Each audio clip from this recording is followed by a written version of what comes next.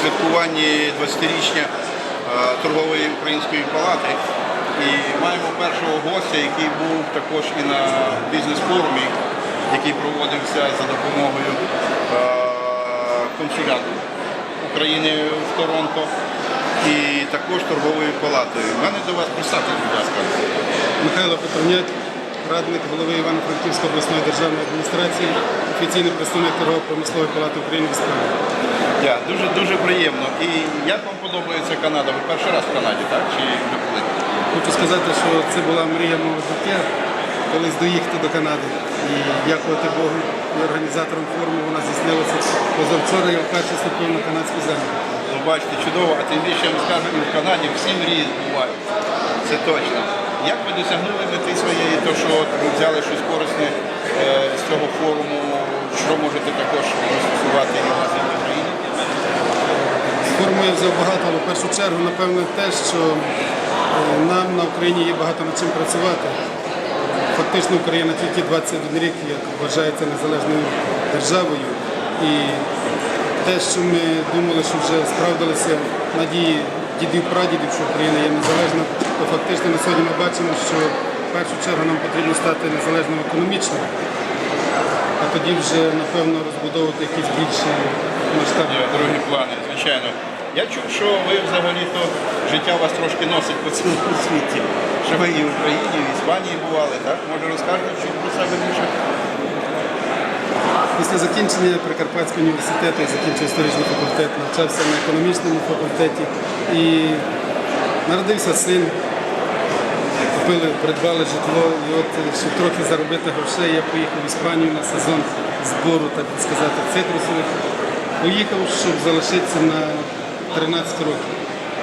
Зараз я повільно повертаюся, а родина все-таки живе в Іспанії, в Валенсії. Буквально рік тому голова обласної державної адміністрації Івано-Франківщини запросив мене на роботу як радника з питань європейської інтеграції інвестицій. І буквально місяць тому я прийняв присягу як державний службовець. І хотілося б той досвід, який я отримав в Європі, який отримав в Європі. Я там очолював діаспору, видавав газету в 6 країнах, українську газету, був представником Інституту зовнішньої комерції Валенсії в Україні, проводив так само відповідні форуми, конференції, бізнес-зустрічі Української торгової палати.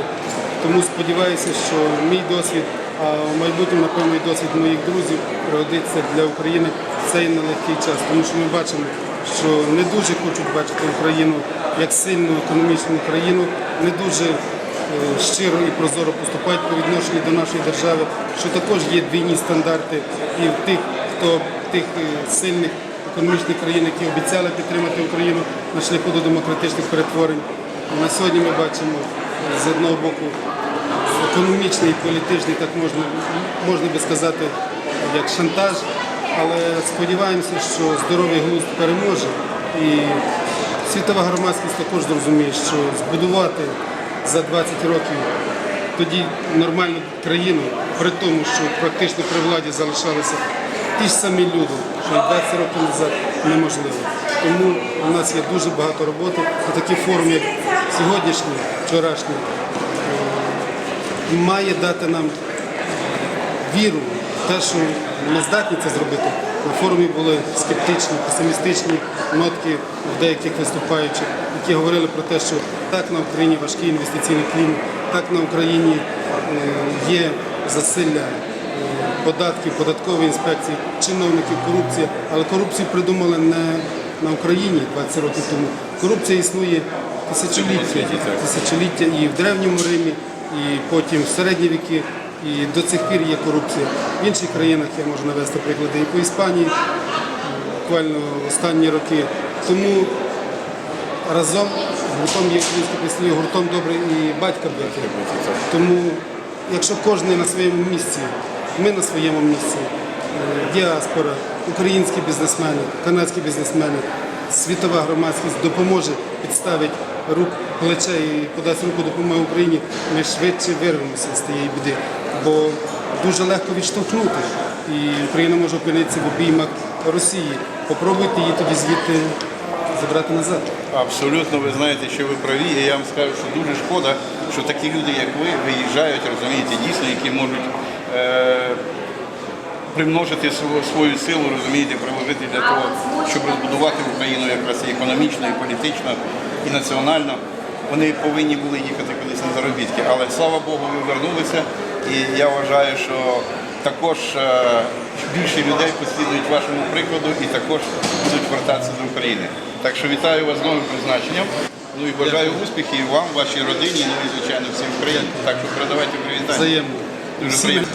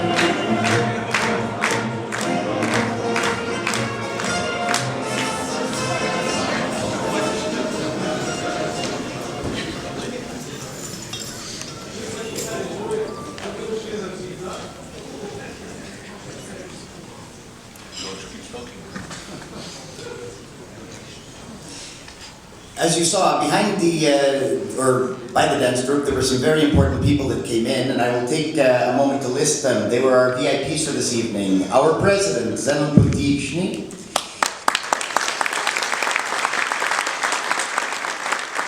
Our keynote speaker, Daniel Bokov.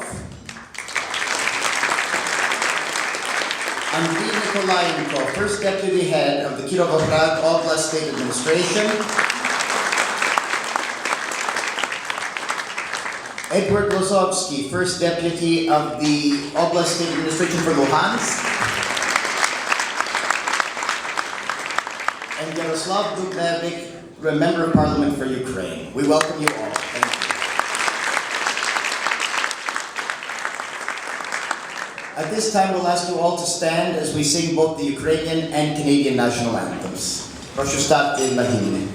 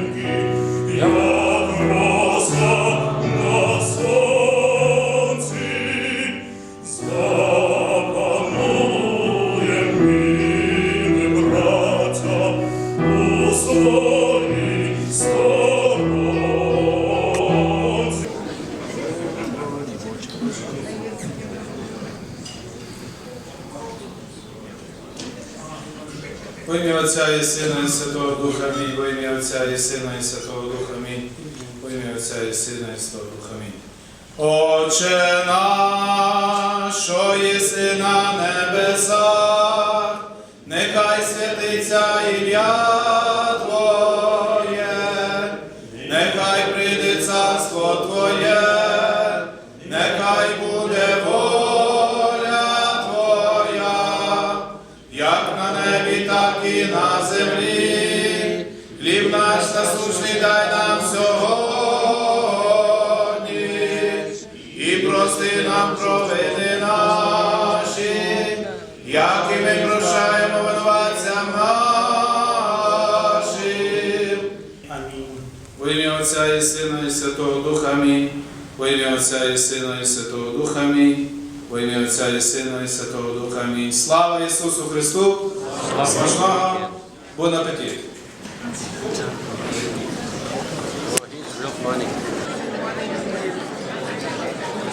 Йду вправо.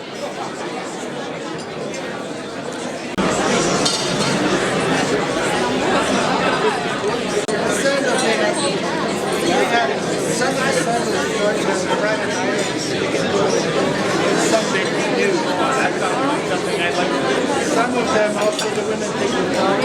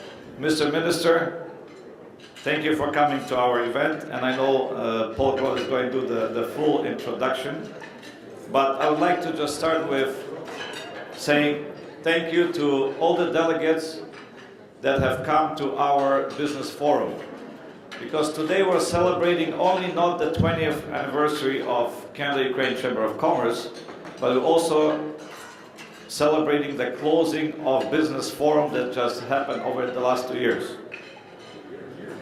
And Mr. Minister, I would like you to note that we had very, very good deliberations, loud and clear, and a lot of messages that came out from the discussions. But at the end of the day, what I'd like to say is that we all agree that we have to engage in discussion with Ukraine. We have to talk to Ukrainians, we have to discuss the issues that we don't like in Ukraine, and at the same time, we need to remind them that there's other world around there, and if Ukraine does not believe or behave the way it should, the business, the finances, the money will go somewhere else, because the world, global economy right now is open and very large. Добрий вечір. Як президент Конгресу українців Канади, мені дуже приємно привітати Канадсько-Українську торгову палату з дуже урочистим ювілеєм 20-річчя заснування торгової палати. It's with great pleasure that I want to welcome the Canada-Ukraine Chamber of Commerce on its 20th anniversary and on this very important business forum from the Ukrainian-Canadian Congress. I especially want to welcome and thank Zenon Potichny for his dedication and his genuine hard work and service to this organization. Zenon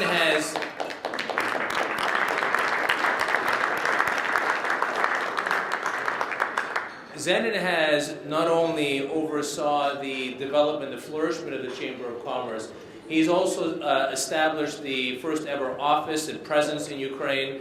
He's led and been involved in a number of delegations to Ukraine, including several mayors, premiers, ministers, the Governor General, and the Prime Minister of Canada, and a very proud delegation. And he's done everything to promote further trade and investment between Canada and Ukraine, and should be welcomed and recognized for that. Thank you, Zenon.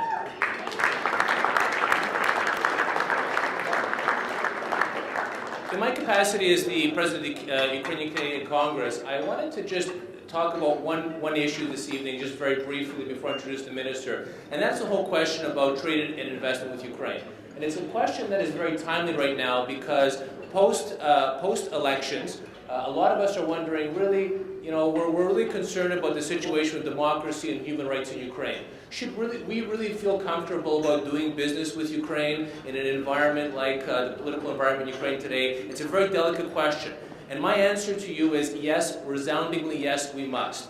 And in fact, when I met with the Minister of Foreign Affairs last week to talk about Canada-Ukraine relations, we did talk about the Canada-Ukraine Free Trade Agreement, and we both agreed, and the Minister agreed, that we should continue to pursue free trade negotiations with Ukraine, understanding that we need to ensure that there is proper human rights and rule of law in Ukraine. That being said, why is trade and investment with Ukraine important?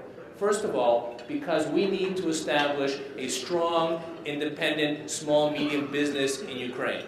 The middle class needs to develop in Ukraine, and that, in fact, is where Canadian values come to play here, where, in fact, Canadian business can lend itself to helping Ukraine flourish, not only as a solid economy, but as a solid democracy, because we know that's the foundation of the rule of law and a strong economy, and that is the middle class, the entrepreneurial class that we need to promote, and in fact, that is Canadian values, which the Canada-Ukraine Chamber of Commerce promotes, and I want to thank you and promote that.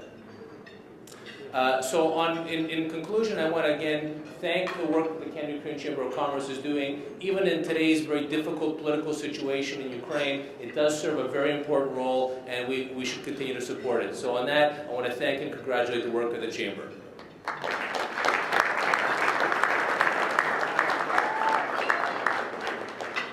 Now allow me to introduce one of our key speakers this evening, and that is the Minister of Citizenship, Immigration and Multiculturalism, Jason Kenney.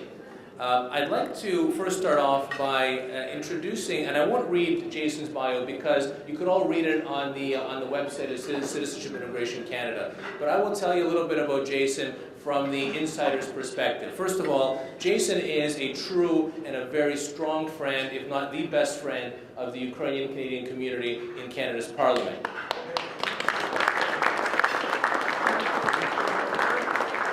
Jason is a strong friend of Ukraine. He's been to Ukraine, he's talked about controversial issues in Ukraine, and he has promoted a number of key issues for our community. It was thanks to the work of Jason Kenney that we were able to settle the internment issue in 2007. It was thanks to the work of Jason Kenney that Holodomor was recognized as a genocide in 2008, and it's thanks to Jason that Ukraine continues to be a key foreign policy priority of the Canadian government. And for that, Jason is often recognized in the corridors of Parliament as one of the most influential members of Parliament and one of the most influential members of Cabinet.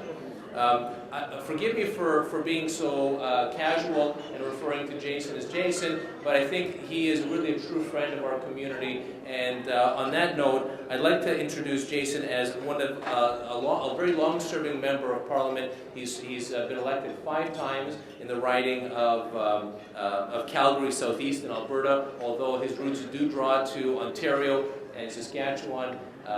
Jason has been a recipient of many awards, and I'll conclude on this. One of the most important awards for our community, Jason was a recipient of the highest honor that the Ukrainian-Canadian community could bestow, and he is a recipient of the Taras Shevchenko Medal. So enough from me, and I want to introduce Jason Kenney, the Minister of Citizenship, Immigration and Multiculturalism.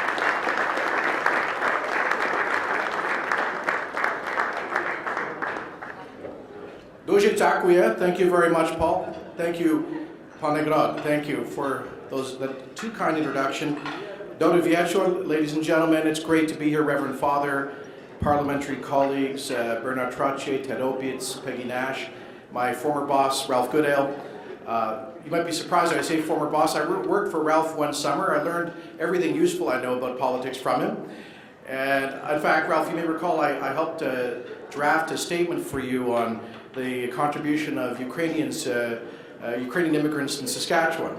And I remembered what I researched that time, way back when I was a 19-year-old kid. It is great to be here on behalf of the Government of Canada and Prime Minister Stephen Harper to celebrate 20 years of success for the Canada-Ukraine Chamber of Commerce. And let me say, I'd like to second the motion to make Zenon the President for life. I think that's a great idea. May not accord with all of the talk about the importance of democracy here, but he is a strong and effective leader. And it's also great to see my friend and Ukraine's former ambassador to Canada, His Excellency former Ambassador Ostash. Welcome back to Canada, Ihor. Good to see you. And thank you for your service. And we got so much done for Canada and Ukraine during Ihor's presence here as Ukraine's ambassador to Canada, and with Paul Grod's presidency of the Ukrainian-Canadian Congress over the past several years. We really have managed to get so much done for both the community here and for Ukraine. Now, friends, I'd just like to echo Paul's words and I think Ralph's sentiments that we are facing a delicate time in Ukraine's political alignment, its situation. It is uncertain, it is unstable, and there are all sorts of threats and challenges toward the peaceful and prosperous development of Ukrainian democracy. We all know that. And you, better than anyone else, know some of the challenges that Canadian investors and businesses have faced in Ukraine since 1990.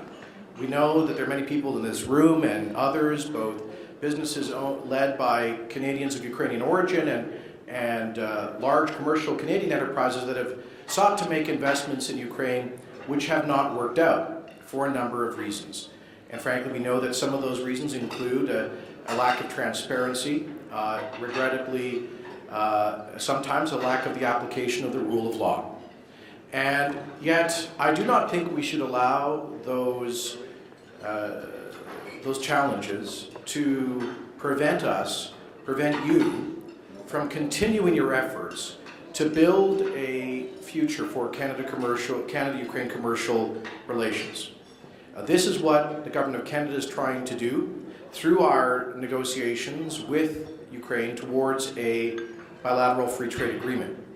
Now, the negotiations have been tough going at times and have often been stalled, and there are many complex issues. First and foremost, of course, is whether Canadian investors can actually expect to see their investments protected under Ukrainian law. And so these are difficult issues, and we really do need the ongoing input and advice of the Ukrainian-Canadian Chamber of Commerce as to how to proceed. And as Paul said, these are sensitive issues. But fundamentally, I know that Prime Minister Harper believes that Canada has a special role in Ukraine. Of course, we have this special relationship. And the reason we have this special relationship is evident in this room. It's more than a million Canadians of Ukrainian origin. Which, by the way, let me say, I've had this great privilege now for 5 years as serving as Canada's Minister for Multiculturalism and getting to know pretty well, pretty intimately, all or most of our cultural and ethnic communities. There is no community, there is no single cultural community in Canada that has done more to maintain and transmit its identity, its values, its language, its culture, its fidelity than the Ukrainian community, into not just a second, but often the fourth and fifth generation, as we've seen with some of these magnificent artists on the stage today. And that happened in part because of the Ukrainian community's attachment to the idea of a free and independent Ukraine. And that's what's animated the strength, the force of this community in Canada for so many generations. And we want to take that energy. We want to take that that aspiration, that dream that the Ukrainian community in Canada has harbored for over a century of a free, independent, and democratic Ukraine. And we want to leverage that to everything we can to influence Ukraine towards a positive, prosperous, and democratic direction. Now, it's one thing for us to go over and have our embassy do seminars on transparency in government, or to have CEDA, the Canadian International Development Agency, do programs to promote professionalism in the public service. It's one thing for us to send over hundreds of election observers and to issue statements when we see violations of civil rights occurring in Ukraine. We can and will continue to do those things. But ultimately, as I think Paul just suggested, ultimately, the way that we can have the most meaningful, long-term, transformational effect on the future of Ukraine is by helping to develop a class of people who are vested in economic growth, in prosperity, in the rule of law, in free enterprise, in the formation of capital, and the idea that if you work hard, you'll be rewarded through the fruits of your labor. That is to say, to transmit the best virtues of our system of democratic capitalism through businesses, through enterprise. And that's why I think the work of the Canada-Ukraine Chamber and the forum that you've held over the past 2 days is, quite frankly, the most important work that can be done in leading Ukraine towards a prosperous and democratic future. So, we want to encourage you corporately and individually as businesses to continue in that direction, and we will stand ready to assist you in any way that we reasonably can, including through, we hope at some point, the legal framework of a free trade agreement and a foreign investment protection and promotion agreement. But at the same time, I think it's important for us to renew and deepen the human ties between Canada and Ukraine. And that's why we've signed the Youth Mobility Agreement that allows young Ukrainians to come to Canada on open work permits, to experience this country, to learn from it. And frankly, one thing I'd like to challenge leaders of the Canadian-Ukrainian community to do is to get more young Canadians to go to Ukraine using the Youth Mobility Program, because they too can get open work permits and do good things while they're there. But I also wanted to let you know about some important changes we are making to Canada's immigration system that will open up, or I should say reopen, doors of opportunity to Canada for skilled prospective Ukrainian immigrants. So we all know the magnificent story of Ukrainian migration to Canada and what a great success it has been. We can see that success in this room with some of our country's most significant corporate leaders. But it's also true that over the past 3 or 4 decades, Canada's immigration system virtually closed its doors to people who did not have advanced academic post-secondary university degrees and high levels of English or French language proficiency, which meant that many of the traditional prospective immigrants we used to draw here, who renewed, for example, the third and fourth waves of Ukrainian migration, could no longer find an easy pathway to permanent residency in Canada.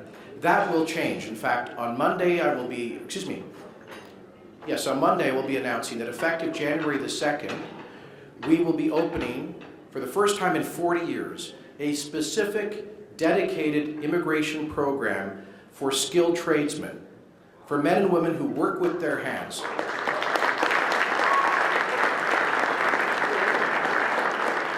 For men and women, skilled men and women who work with their hands, because we know about the huge number of brilliantly trained tradesmen in broadly in Eastern Europe and Ukraine in particular, whose skills are in desperate demand in many regions and industries of Canada, whether it's Northern Ontario, the Prairie West, even here in the Greater Toronto Area. And so here's a challenge I'm going to throw out to businesses here that are owned and managed by Canadians of Ukrainian origin. You can use this new program to help to fill some of the skill shortages that you may be facing by inviting skilled Ukrainian tradesmen to come here.